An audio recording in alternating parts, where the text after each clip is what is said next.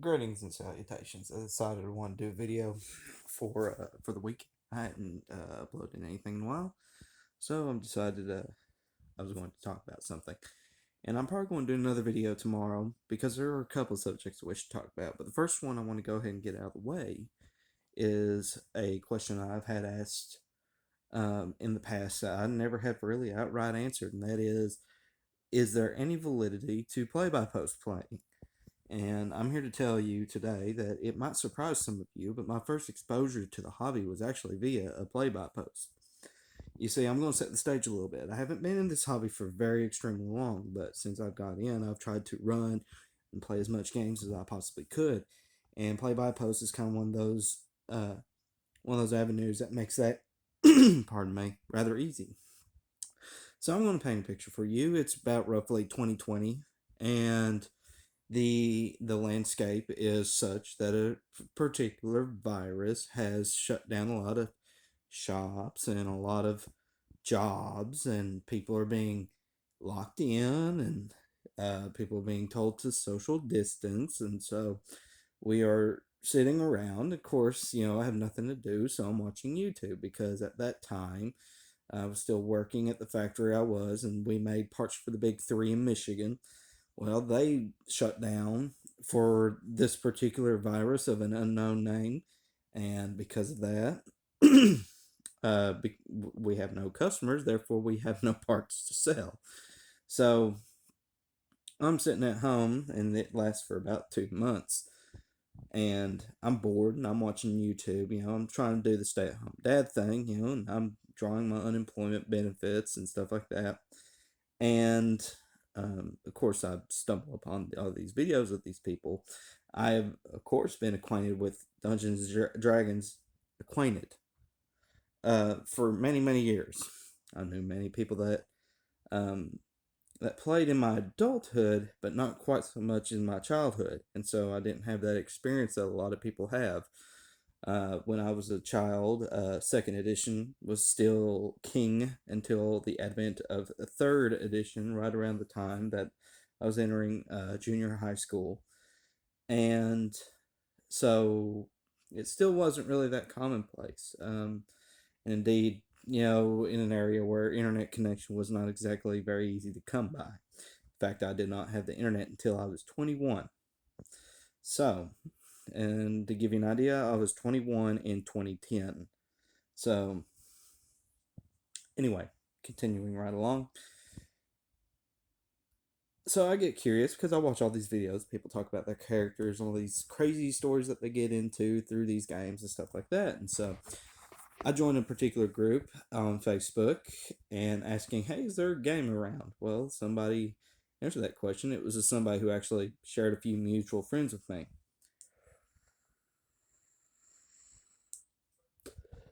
He says, "Yeah, I'm running a play-by-post group if that's okay with you. We're running 5e, which was the popular edition at the time, 4 years ago. So we're running 4e.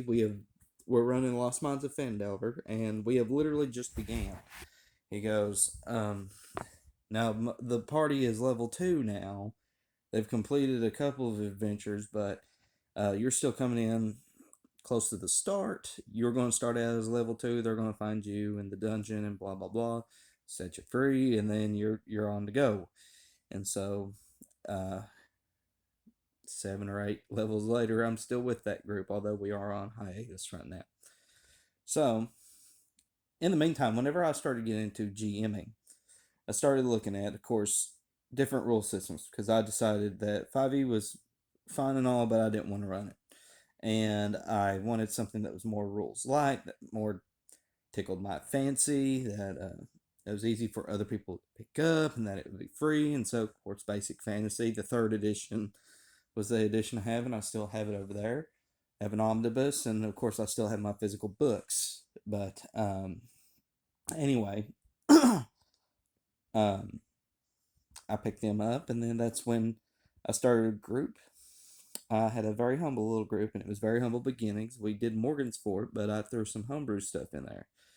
And then, of course, a lot of you be surprised, some of you longer term viewers might remember the first video I ever did in this hobby was about the Mansion of the Forsaken Necromancer.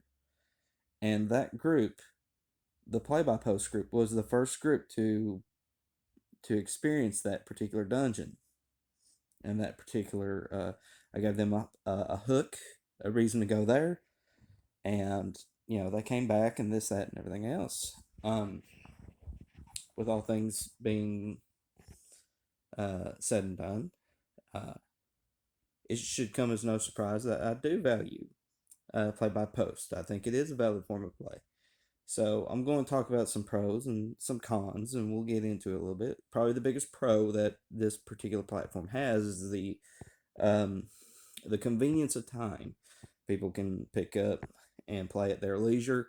They simply just pick up their phone over, like, because most people either do it through Discord or Guilded or through forums. Even some Facebook groups do it.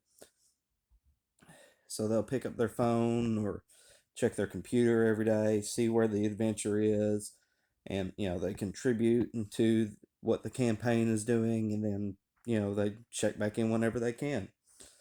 Because some people just simply don't have the time to sit down for about 2, 3, sometimes 4, 5, 6 hours and play a live game. So that makes it a little easier in terms of a time constraint. Another big strength of it, in my opinion, is the fact that you essentially have an archived campaign that is written out. It's easier to catch up new players that are coming into your campaign than it is to verbally and oratorially explain to them, when they can go back and they can look at the archived posts of the gameplay so far, see what certain things were ruled on, what you guys are doing, where you guys came from, any kind of particular well-known bit of history of the world, etc., etc. So it makes it a little bit easier to acclimate newer players to your campaign setting if you happen to pick up a couple on the way. Now we're going to talk about cons, because as with all things, nothing is perfect. Of course, play by post is not perfect. One of the biggest drawbacks I've seen about it is that a game can come to a screeching halt very fast. I find that you probably are going to have to make a rule or a house rule about how this game is going to run, because sometimes a campaign can come to a screeching halt. I've seen it happen for several days, if not several weeks, because somebody's turning the initiative order is simply not responding. And in my opinion, it's a little bit too long to wait. So I would say, make a rule about 24 hours. But if you're somebody that's been like, you're eager to move things along, 24 hours seems long. But honestly, that, in my opinion, I would do 24 to 48 hours of response time before you move things along. But with all things being said, that's the biggest drawback that I've seen. It can come to a screeching halt, and there is nothing that will kill a campaign quicker than something coming to a screeching halt.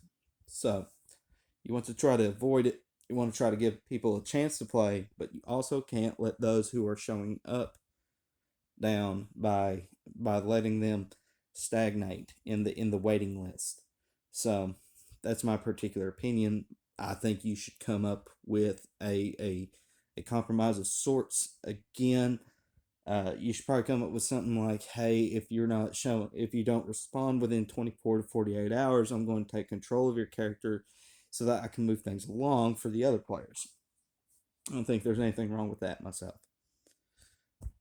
But that is the biggest drawback that I've seen. And honestly, there's not much more drawback that I can find, because essentially you can play this for free, because it doesn't cost anything to be a member of a forum or Discord channel or whatever. And somebody could always post PDF files of rules.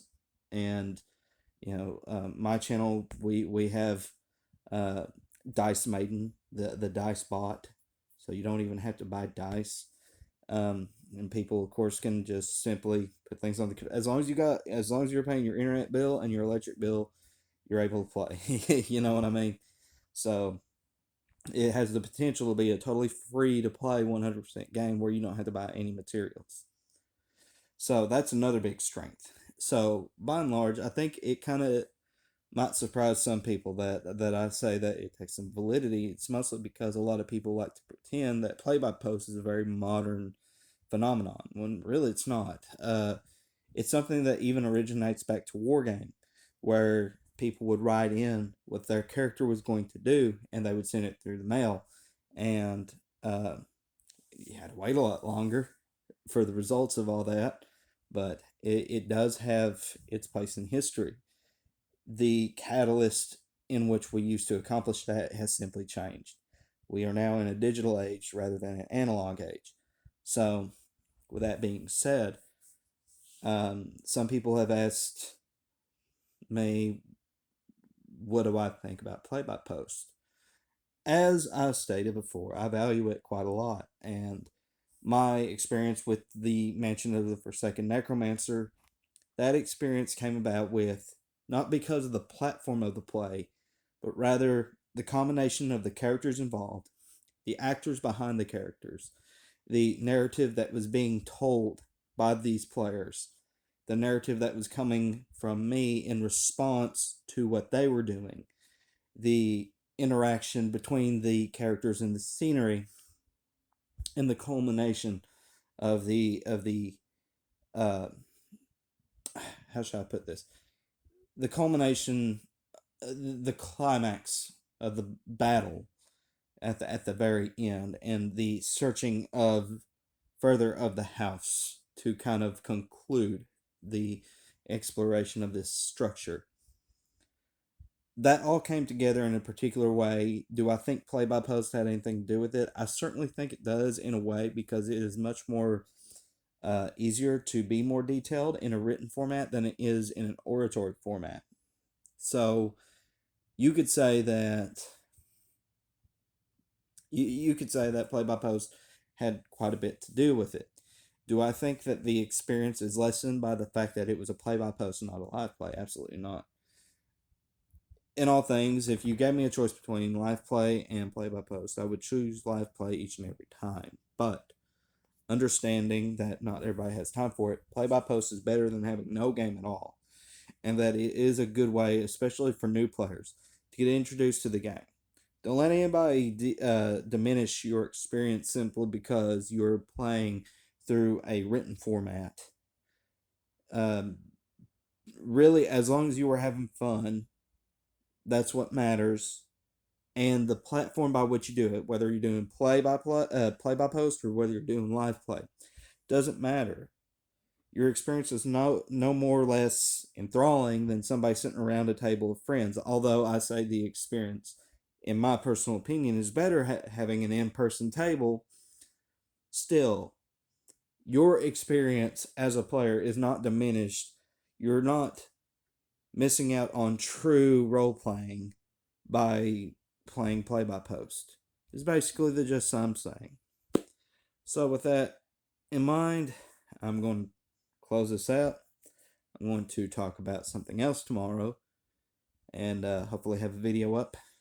I want to try to get more material. I understand that my channel stagnated a little bit, but anyways, guys, kept you too long. Look at the time; it's 14 minutes. As always, take care. God bless, and I'll see you on the other side.